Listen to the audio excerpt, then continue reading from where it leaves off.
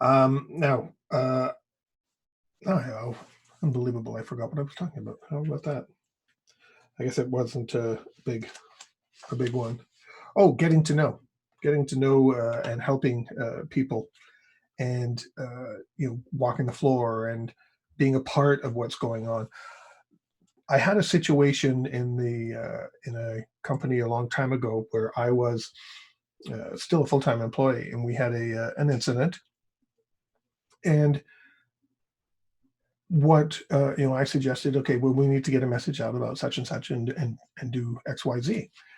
And one of the directors turned around and said, no, no, no, if we talk about anything that's going on, then it's going to cause panic.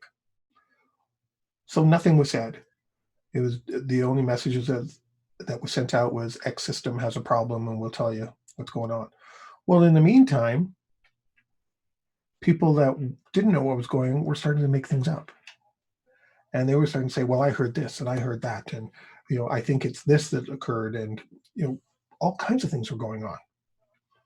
And I looked back and went, so they're panicking and making things up is better than not telling them things and maybe them being panicked.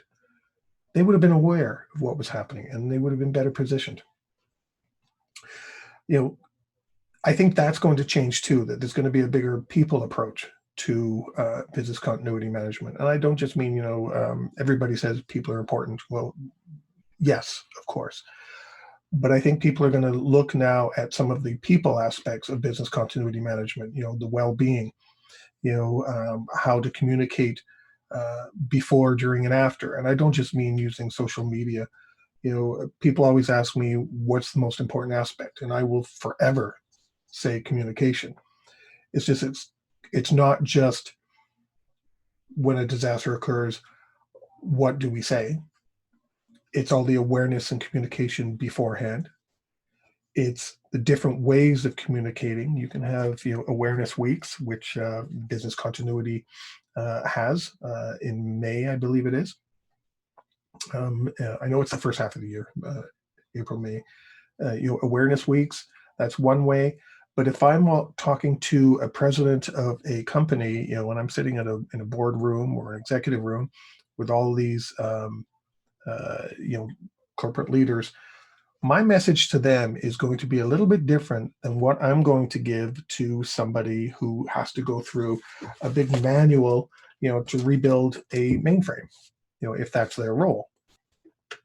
The communication to the guy building the mainframe is going to be different than my communication to the vice president when she wants to know what is going on.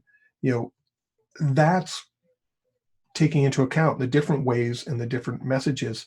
I'm not going to go into the detail about building a mainframe with the vice president. She's probably just going to look at me going, what the heck are you doing here?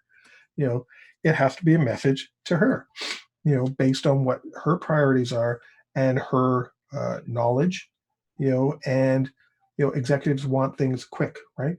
Quick, name it off. What are you doing? What do you need me to do? Nothing. Good. Guy with the mainframe might want more detail, obviously, a detailed plan for rebuilding a mainframe is going to be very different than, what I'm going to put on a slide or a document for an executive manager. So there's all of those different communication aspects that come into play.